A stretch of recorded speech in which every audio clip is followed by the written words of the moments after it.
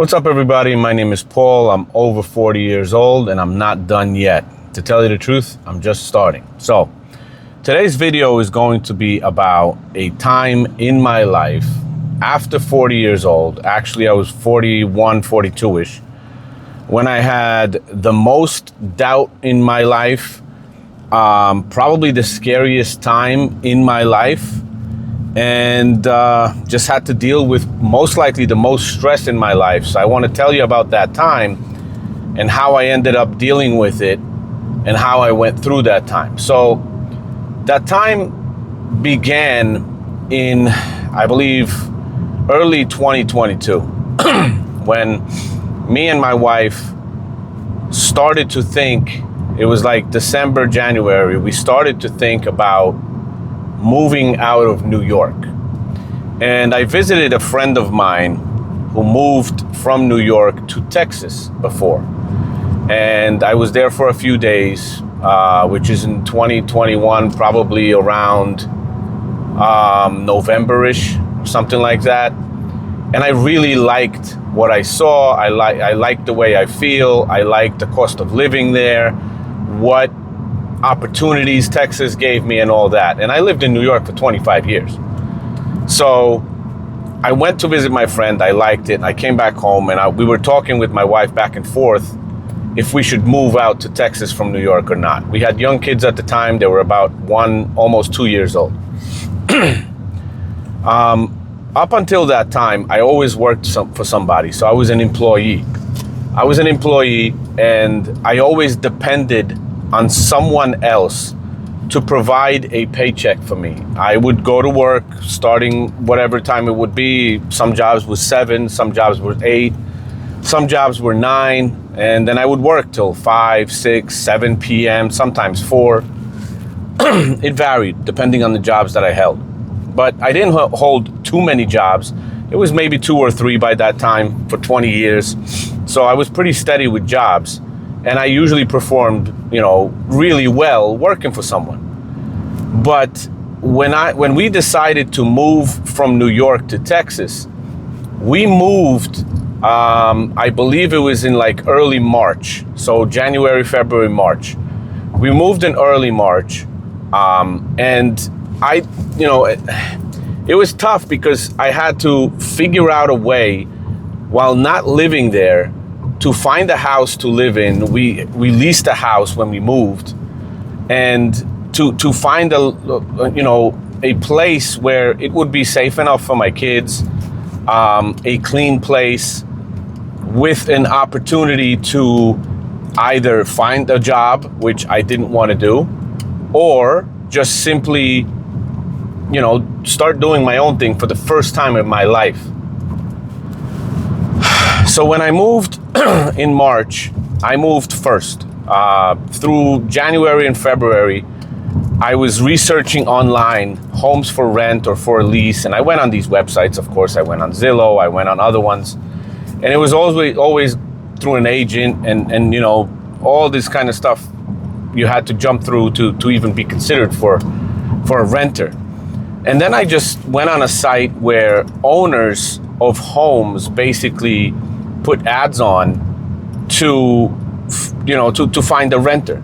So I found this woman and I called her up and I explained my situation, that I would be moving out of New York with 2 little kids, my wife, and then at that time, my father, who was very sick, was coming over with us, as well as my mom and my 94-year-old grandmother. So we leased a very large house compared to where we lived before. The house was about 3,000 square feet, maybe a little bit more than that, because it had to fit all of us. So, back and forth, we had some conversations and we came up with a price and all that kind of stuff. And she wanted to check my credit and everything. I had no problem with that. I had decent credit, nothing special, but she wanted to check it. So we went through that, and she felt that I would be a good person as a renter because it seems I'm a responsible guy. I have kids, I have a wife, My father, who I take care of, was sick at the time, who was coming with us, and my mom and my grandmother and all that. So she didn't want parties in the house. It was a brand new home in a brand new neighborhood. So we ended up leasing that house. I drove in first.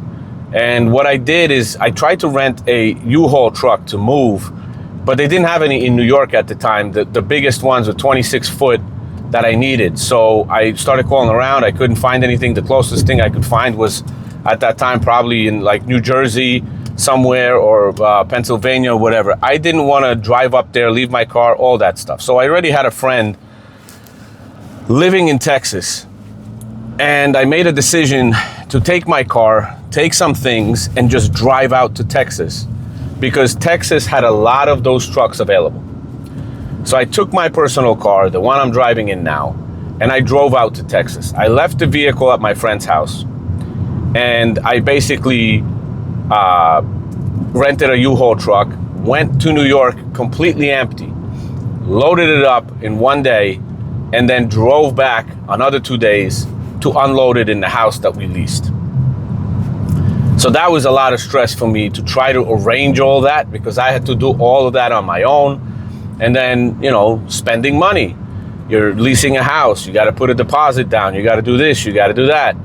You got to, you know, get all the bills in your name now, water, electricity, all that stuff. Then you had to, you know, rent a U-Haul truck, and it's a few $1,000s renting a U-Haul truck and stuff like that. So it was a lot on my mind. Then, even before I'd done that, I had to quit my job. I had to quit a job where I was appreciated, but I still thought as an employee, I was making little money. You know, I wasn't making as much as I could possibly make, and I should make. The industry I worked for was countertops, marble, granite, things like that, installation, fabrication. I started like that years ago, and then the last job that I had to quit at the time when I was moving was a company which I worked as a project manager for, estimator, quality control manager, stuff like that. So not a lot of heavy lifting anymore, but still a lot of responsibility, because the jobs that the company did were very, very high end, and I had to, you know, work all that stuff out. So that's what I had to deal with. I did quit my job. My ex-boss at now told me at the time, a few days later, like, dude, I've never seen you that nervous before when you had to talk to me that you're quitting your job. I was shitting my pants, because I was quitting my job. I had 2 little kids. It was the only source of income I had at the time. And I was moving to a different state, completely different state, through half of the United States. And I had no income lined up. I had no job lined up. I had nothing. We had some savings, but we were, you know, renting the house and spending it on U-Haul. And yes, I did have a few months of savings to get me through while I either search for a job or start something of my own. But if you start something of your own, you know, it takes time to grow. So when I came to Texas, the house was empty. I was here for probably 4 or 5 days on my own, without my wife and my kids. So I was getting a washing machine. I was getting a washer dryer set up, and buying new new appliances and things like that. Had to set up the internet. Had to set up all the bills, like I said. I had to set up the beds for my kids, because they were 2 years old. They were sleeping in these cribs. I had to build them again, and it was just a lot, getting all that ready for them when they come over. You know, that everything is set and ready, especially for the children. So I did that. Then my wife flew in with the kids, and her sister was helping her out. So they stopped over for a few days as we were just kind of settling down. Once they left, you know, life in Texas started. And I was talking to my wife then, and I was like, you know something? I do not want to ever work for somebody else again, period. I quit. I'm never going to be an employee. I'm never going to be listening to people telling me what to do, what time to come in, what I'm going to be paid, and all that other stuff. I'm done with that. I'm starting something of my own. So since I was in the stone industry for so long, I knew the ins and outs of it. I knew the prices and costs of things. I knew how to perform the work, fabrication, installation, restoration, repair, and all that. So I decided to open a business of my own which was restoration and repair of stone countertops. I didn't want to go into fabrication installation. I didn't want to put a lot of money in up front. I didn't want to rent a place, a shop, buy all the machinery, get employees, all that. I didn't want to deal with any of it.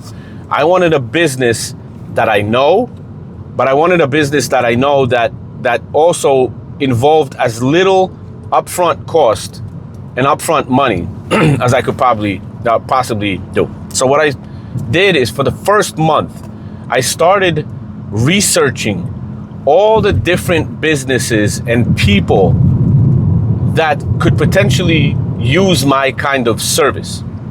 And I researched builders, fabricators, installers, designers, material suppliers, all that kind of stuff. I made huge lists for myself of their company names, their addresses, their phone numbers, their emails. And then I started emailing everybody, calling everybody, stopping by their offices, introducing myself, giving them business cards, all that stuff. And that went on for a month, 2, maybe even a little bit into 3. But once I started doing that, people started to, maybe 5% of those people that I stopped at started to give me a chance. They would throw a job my way and see how I did and what happened and all that other stuff. So I try to be very professional. I always try to be punctual. I always try to be on time. I always try to deliver what I promise. I don't try to promise I don't try to overpromise. I try to be as honest as I possibly can. What's possible, what's not possible, and all that. I always go by the rule of be honest, try to tell everybody what's possible and what's not, but always try to over deliver. And that's what I always have done while I even worked for somebody. So that's what I did. And they started to see that I do very good quality work. My prices were never low. They were probably at the high end. If you would have 10 local companies doing the same thing, I would probably be one of the 3 most expensive ones. But I knew I was worth that. I knew I was worth that because I knew what quality work I provide. You know what I'm saying? And what service and what customer service. And I'm the owner, I do the work, and I'm reachable. I'm very responsive, all that. So that's what happened. So I started doing that, and my business started to grow really slowly, started to grow. And probably after 6 months or so, my business was like one month I was, almost making enough money to pay my bills. Another month I was making half the money that were worth my bills. So I was underpaid for that time, and I wasn't making enough money to pay my bills.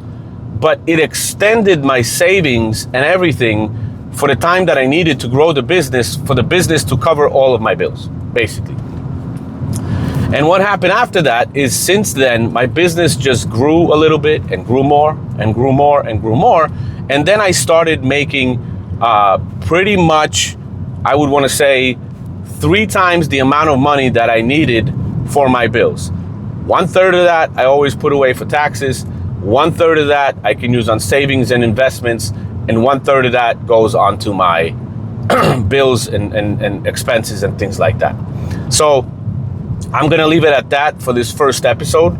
This is going to be a 3-part probably, or 2-part, 2 or 3-part. We'll see how much it comes out.